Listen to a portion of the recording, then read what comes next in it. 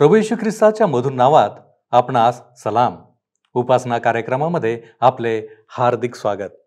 प्रियांनो, आजच्या अध्ययनात प्रथम आपण अनुवाद अध्याय 20 याच्यामध्ये पाहणार आहोत की परमेश्वर आता इस्रायल लोकांना शत्रूंबरोबर युद्धात जाण्यास सूचना देत आहे. परमेश्वर त्यांना सांगतो की घाबरू नका, कारण तो त्यांच्या बरोबर आहे. त्यांना मिसरमधून बाहेर आणताना देखील तो त्यांच्याबरोबर होता. खरं तर हे एक महान आश्वासन होते. नंतर पुढे 21व्या अध्यायात आपण पाहणार आहोत की एखादा खून झाला आणि कोणी केला हे कळले नाही तर त्याचा शोध घेण्यासाठी काय करावे, त्यासाठी परमेश्वराच्या काय सूचना होत्या, तसेच काही इतरही नियम आम्ही पाहणार आहोत. तर मग चला प्रियांनो, आपण आपल्या अध्ययनाची सुरुवात करूया. श्रोत्यांनो, मागच्या कार्यक्रमात आम्ही 18 आणि 19 ह्या अध्यायांवर विचार केला. आम्ही पाहिलं की फलज्योतिषशास्त्र परमेश्वराच्या दृष्टिकोनातून अयोग्य आहे. खऱ्या आणि खोट्या संदेष्टांना ओळखण्याकरिता परमेश्वराने काही कसोट्या दिल्या होत्या आणि त्यावर आम्ही विचार केला. खोट्या शिक्षकांपासून सावधान राहण्याचा इशारा आम्हाला देण्यात आलेला आहे. त्यानंतर आम्ही पाहिले की पवित्र शास्त्रातील सर्व भविष्यद्वाण्या समयानुसार परमेश्वराच्या योजनेप्रमाणे पूर्ण झालेल्या आहेत आणि पूर्ण होत आहेत आणि पूर्ण होणार आहेत. आम्हातील प्रत्येकाचे भविष्य परमेश्वराच्या हाती आहे. भविष्यावर मानवाला कधीच अधिकार प्राप्त झाला नाही आणि होणार नाही. श्रोत्यांनो, काही गोष्टी अशा आहेत की त्या मानवाकरिता गूढ रहस्याच्या रूपात आज आहेत आणि त्या बिंदूपर्यंत येऊन आम्हाला हे मान्य करावेच लागते की परमेश्वर आहे आणि त्याच्या युक्तीसमोर आमचे काहीच चालत नाही.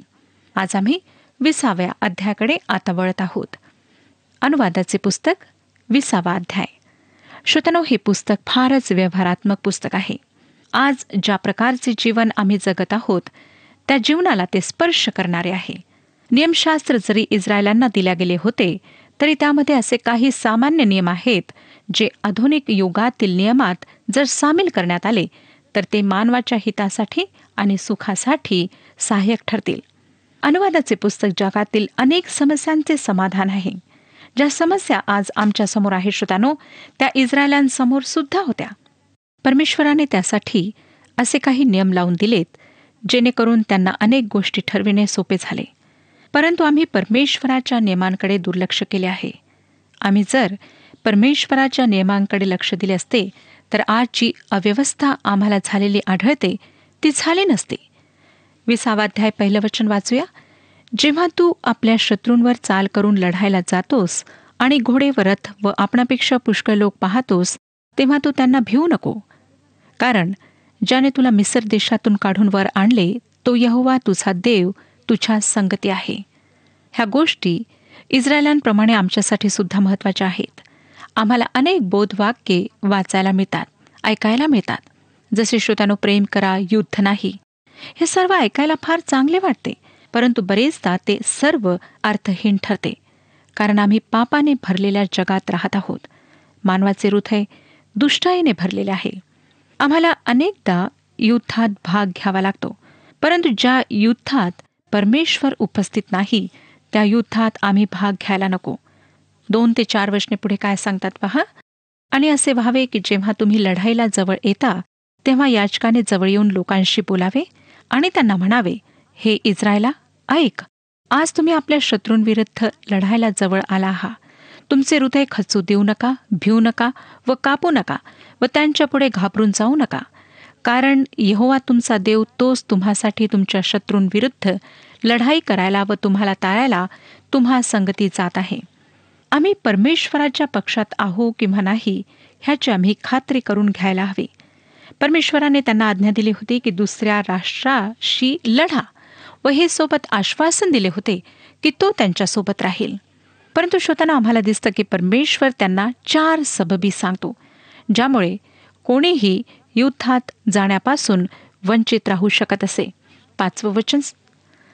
आणि अधिकाऱ्यांनी लोकांशी बोलावे, त्यांनी म्हणावे, ज्याने नवे घर बांधून त्याचे अर्पण केले नाही असा कोण मनुष्य आहे, त्याने आपल्या घरास परत जावे, नाहीतर कदाचित तो लढाईत मरेल आणि दुसरा मनुष्य त्याचे अर्पण करेल. नवीन घर ज्याने बांधले असेल त्याने युद्धात जाऊ नये. का? कारण त्याच्या मनात त्या घरात राहण्याची उत्कंठ इच्छा दबून राहील आणि त्याला त्या नवीन घरात राहण्याची संधी मिळावी म्हणून परमेश्वराने ही सबब ह्या ठिकाणी दिली. 6वं वचन, आणि ज्याने द्राक्षमळा लावून त्याचे फळ खाल्ले नाही असा कोण मनुष्य आहे? त्याने आपल्या घरास परत जावे, नाहीतर कदाचित तो लढाईत मरेल आणि दुसरा मनुष्य त्या मळ्याचे फळ खाईल. ज्याने अलीकडेच शेतीचे काम सुरू केले किंवा द्राक्षाचा मळा लावला, त्याला त्याच्या श्रमाचे फळ खाण्याची संधी लाभली नाही, त्याने युद्धात जाऊ नये. कारण श्रोत्यानो, त्याचे मन द्राक्षमळ्यातच गुंतून राहील. फळ खायला मिळूपर्यंत त्याने तेथे राहावे. दुसऱ्या कोणी येऊन त्याच्या परिश्रमाचे फळ खाऊ नये म्हणून ही तरतूद केल्या गेली. 7वं वचन पहा, आणि ज्याने बायकोला मागणी घालून ती विवाहून घेतली नाही असा कोण मनुष्य आहे? त्याने आपल्या घरास परत जावे, नाहीतर कदाचित तो लढाईत मरेल आणि दुसरा मनुष्य तिला विवाहून घेईल. ज्या तरुणाची मागणी झाली आहे त्याने युद्धात जाऊ नये. त्याने तिच्याशी लग्न करावे आणि तिच्यासोबत राहावे. 4थी सबब 8व्या वचनात वाचायला मिळते, आणि अधिकाऱ्यांनी आणखी बोलून लोकांना म्हणावे, ज्याला भीती वाटते व जो घाबरट मनाचा आहे असा कोण मनुष्य आहे? त्याने आपल्या घरास परत जावे, नाहीतर कदाचित त्याच्या भावाचे मन त्याच्यासारखे खचून जाईल. ज्याला युद्धाची भीती वाटते, जो युद्ध करू शकत नाही, त्याने युद्धात जाऊ नये. श्रोत्यानो, हाच नियम गिदोनाच्या सैन्याला सुद्धा लागू करण्यात आला होता. आपल्याला माहीत असेल की गिदोनाच्या सैन्यात बरेच सैनिक होते, 32,000 पुरुष, ज्यांनी एकत्र येऊन मिद्यानाच्या हातून राष्ट्राला सोडवले. त्यांना स्वतःच्या कब्जात घेऊन भिकेला लावले, दुर्बळ केले. शास्त्रांचे पुस्तक 6वा अध्याय 3 ते 6 वचने सांगतात, नंतर परमेश्वराने त्याला सांगितले की तुझ्याजवळ फार जास्त सैनिक आहेत. त्यामध्ये जितके भित्रे घाबरणारे आहेत त्यांना घरी पाठव. व ही गोष्ट सांगितल्यानंतर त्यांच्यापैकी 22,000 सैनिकांनी स्वतःचे सामान आणि हत्यारे घेतलीत आणि ते घरी परतलेत. नंतर पुन्हा परमेश्वराने त्याला सांगितले की तुझ्याजवळ अधिक लोक आहेत, त्यांना मी सांगतो त्याप्रमाणे अलग कर. जे जिभेने चाटून पाणी प्यायलेत ते अलग, व जे गुडघे टेकून तोंडाशी हात नेऊन चाटीत चाटीत पाणी प्यायलेत ते अलग करण्यात आलेत. संख्येने ते एकूण 300 भरलेत. श्रोत्यानो, हेच लोक युद्धासाठी गेलेत. त्यांची इच्छा होती की राष्ट्राला स्वतंत्र करावे, त्याचे रक्षण करावे. हेच लोक होते जे युद्धाकरिता गेले. बाकींना घरी पाठविण्यात आले. मला श्रोत्यानो, लहानपणी सगळ्या भव्य गोष्टींची, मोठ्या मोठ्या गोष्टींची भीती वाटायची. उंच इमारती, आकाश, डोंगर, ह्या सगळ्यांना पाहून मी फार घाबरीत असे. पण ह्याचा अर्थ असा नव्हे की मी सर्व क्षेत्रात भित्री आहे. युद्धावर जाण्याकरिता सुद्धा हिंमत हवी असते. परमेश्वर सांगतो की त्याच्या लोकांना युद्धात भाग घेण्याआधी 2 गोष्टी माहीत असायला हव्यात. एकतर त्यांनी परमेश्वराच्या पक्षात असायला हवे. योग्य त्यासाठीच त्यांनी लढाई करायला हवी आणि हे ध्यानात ठेवायला हवे की परमेश्वर त्यांच्यासोबत आहे. दुसरी गोष्ट, त्यांनी त्याविषयी उत्साहित असायला हवे. स्वतःच्या देशाच्या रक्षणासाठी लढण्याची सुद्धा वेळ असते.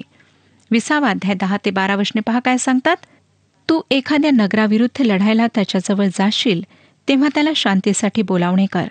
आणि असे होईल की त्या नगराने तुला शांतीचे उत्तर केले आणि तुझ्यासाठी ते उघडले तर असे व्हावे की त्यात जे लोक सापडतील त्या सर्वांनी तुला कर देणारे होऊन तुझी चाकरी करावी.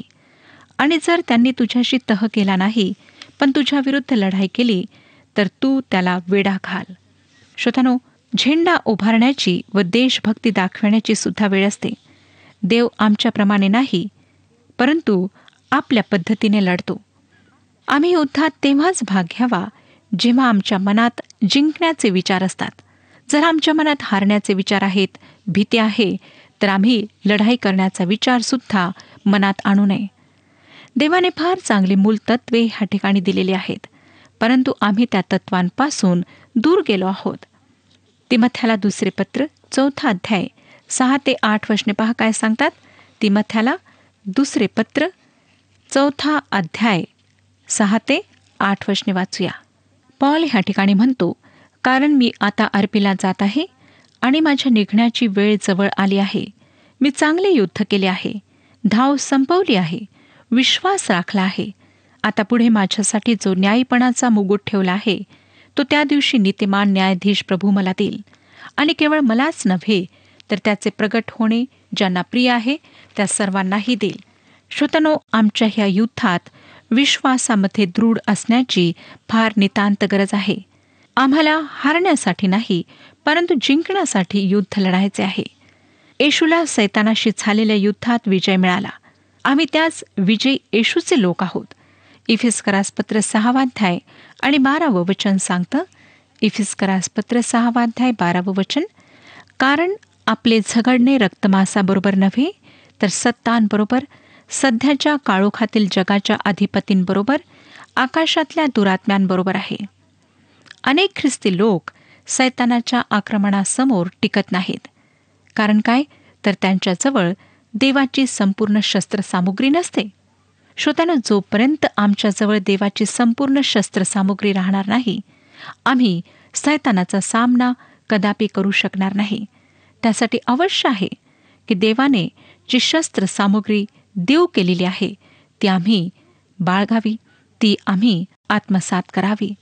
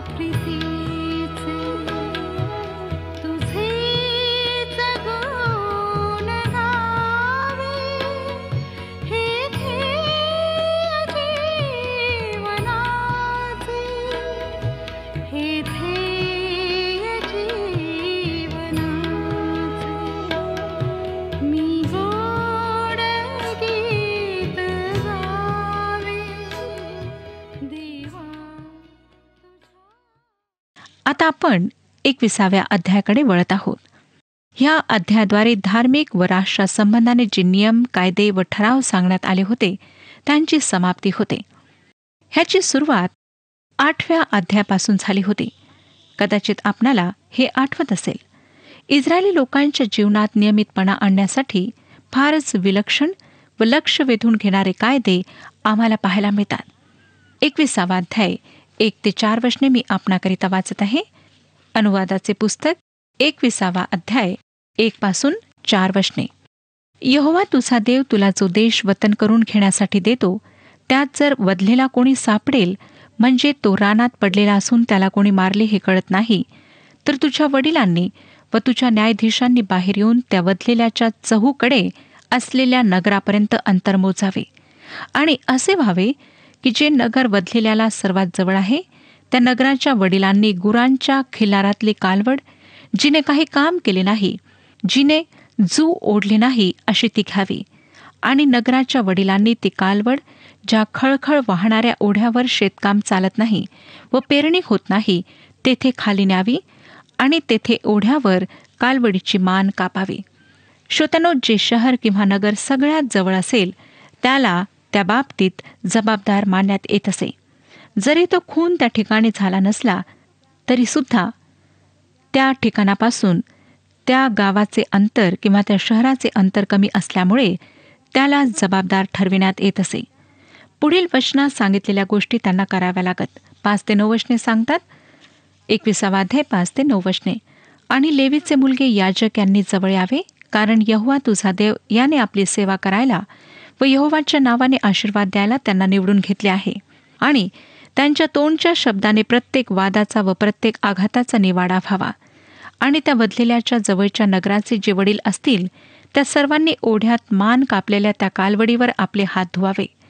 आणि त्यांनी उत्तर द्यावे व म्हणावे की आमच्या हातांनी हे रक्त पाडले नाही आणि आमच्या डोळ्यांनी पाहिले नाही. हे यहोवा, ज्यांना तू खंडून घेतले ते तुझे लोक इस्रायल यांची क्षमा कर. आणि तुझे लोक इस्रायल यांच्यामध्ये निर्दोष रक्त पाडलेल्याचा दोष राहू देऊ नको. मग त्या रक्ताविषयी त्यांची क्षमा होईल. याप्रमाणे यहोवाच्या दृष्टीने जे नीट ते करण्याने तू आपणातून निर्दोष रक्त पाडण्याचे पाप दूर कर. श्रोत्यानो, ह्यामध्ये एक मूल वास्तविकता शिकविण्यात आलेली आहे. प्रत्येक शहरातील रहिवाशांच्या काही जबाबदाऱ्या असत. त्यांची जबाबदारी असे की अपराधांना रोखण्यासाठी त्यांनी कायदे व कानून लावण्याची मागणी करावी. परमेश्वर पूर्ण समाजाला त्या बाबतीत दोषी ठरवतो. शहरातील प्रमुख लोकांनी एकत्रित येऊन त्या शहरातील सर्व अपराधांसाठी क्षमा मागावी आणि त्यांना क्षमा करण्यात यावी, असे परमेश्वराने सांगितले. आज आम्ही राष्ट्रात होणाऱ्या अनेक अपराधांची चर्चा करतो, परंतु एक राष्ट्राच्या रूपात त्या अपराधासाठी क्षमा मागणे हे मात्र आम्ही टाळतो. त्या बाबतीत आम्ही चुकतो. आम्हाला परमेश्वराजवळ क्षमा मागायला हवी. काय आपणास माहीत का श्रोत्यानो की येशू ख्रिस्ताला शहराबाहेर मारण्यात आले, परंतु त्याच्या त्या वेशीबाहेरील मरणामुळे त्याला मारणाऱ्या लोकांचा बचाव झाला. 10-17 वचने पहा पुढे काय सांगतात. जेव्हा तू शत्रूविरुद्ध लढायला बाहेर जातोस आणि यहोवा तुझा देव त्यांना तुझ्या हाती देतो आणि तू त्यांना कैद करून नेतोस आणि कैद करून नेलेल्यांमध्ये सुंदर रूपाची स्त्री पाहून तिच्यावर तुझे प्रेम बसले व तिला आपली बायको करून घ्यायची तुझी इच्छा असली, तर तू तिला आपल्या घरास आण. मग तिने आपले डोके मुंडवावे आणि आपली नखे नीट करावी. तिने आपले कैदेतले वस्त्रही आपणावरून काढून टाकावे आणि तुझ्या घरात राहून महिनाभर तिने आपल्या बापासाठी व आपल्या आईसाठी शोक करावा. आणि त्यानंतर तू तिच्यापाशी जाशील व तू तिचा नवरा होशील आणि ती तुझी बायको होईल. आणि असे व्हावे की तुला ती आवडली नाही तर तिला पाहिजे तेथे तिला जाऊ दे, परंतु पैक्याने तिला अगदी विकू नको, तिला दासी अशी राखू नको, कारण तू तिला भ्रष्ट केले आहे.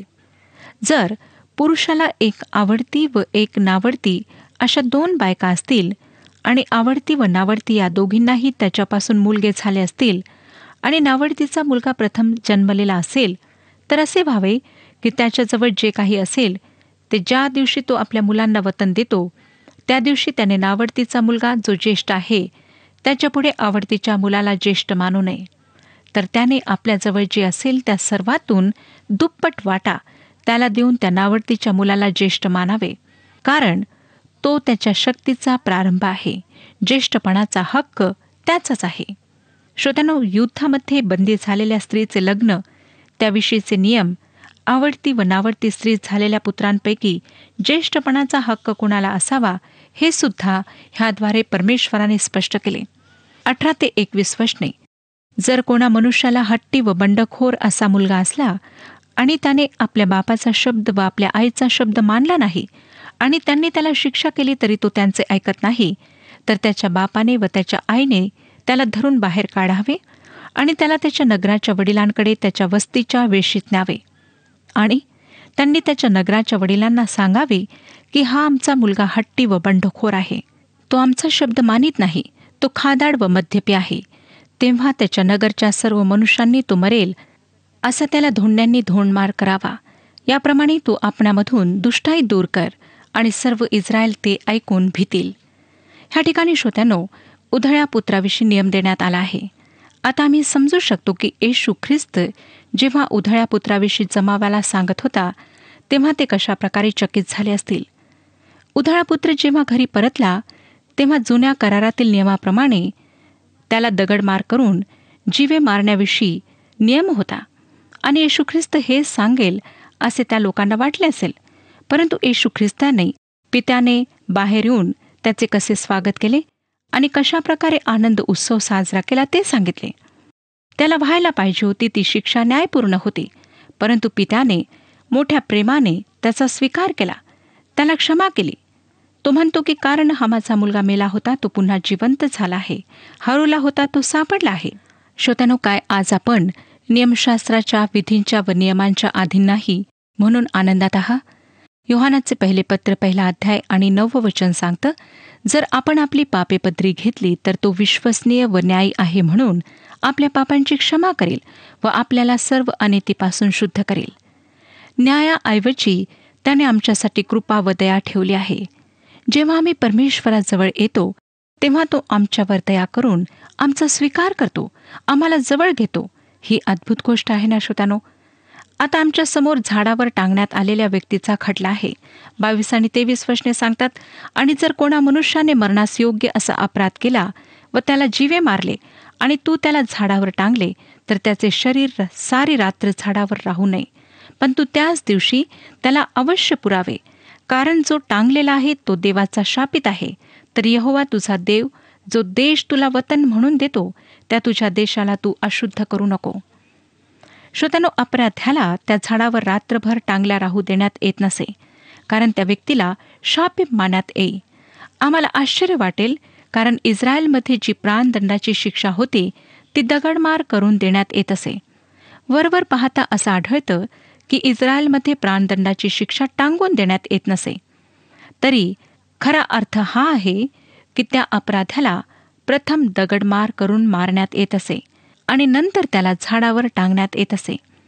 ही शिक्षा त्याच अपराध्याला लागू होत असे जो फार भयंकर अपराधी असे, व ह्या शिक्षेद्वारे सगळ्यांना हेच दर्शविण्यात येत असे की ही व्यक्ती स्वतःच्या भयंकर अपराधांमुळे मारल्या गेली.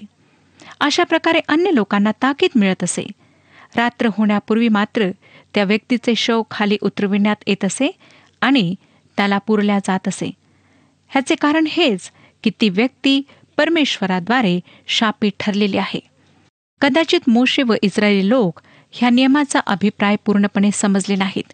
गलतीकारासपत्र 3 अध्याय आणि 13 वचन सांगतं, आपणाबद्दल ख्रिस्त शाप झाला आणि त्याने आपणाला नियमशास्त्राच्या पापापासून खंडणी भरून सोडविले. श्रोत्यानो, प्रभू येशू ख्रिस्ताला देहांत शिक्षेसाठी रोमी लोकांच्या स्वाधीन करण्यात आले होते. तेथे रोमी लोकांचे राज्य होते व प्राणदंडाची शिक्षा तेच अंमलात आणीत असत. प्रभू येशूला रोमी वधस्तंभावर टांगण्यात आले, ज्याला कधीकधी झाड असे सुद्धा संबोधण्यात येत असे. पॉल हेच लक्षात ठेवून म्हणतो की जेव्हा प्रभू येशू त्या झाडावर टांगलेला होता तेव्हा त्याने आम्हा सर्वांचे पाप स्वतःवर घेतले. तो परमेश्वराद्वारे शापित ठरला. त्याने काही अपराध केला म्हणून नाही श्रोत्यानो, तर तो आमच्यामुळे शापित ठरला.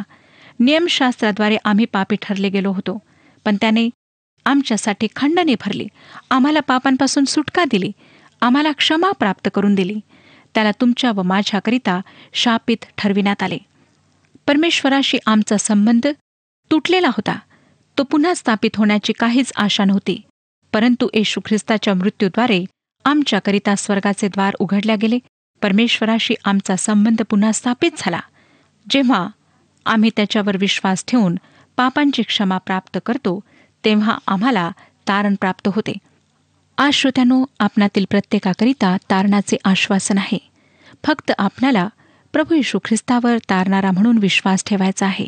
आपल्या पापांची क्षमा प्राप्त करायची आहे.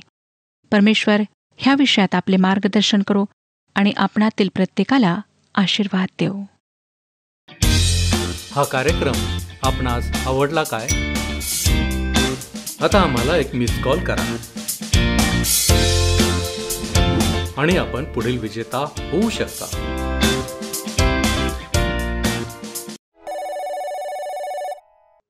प्रियानो, आपण पाहिले की अनुवादाचे पुस्तक हे समस्यांचे समाधान आहे.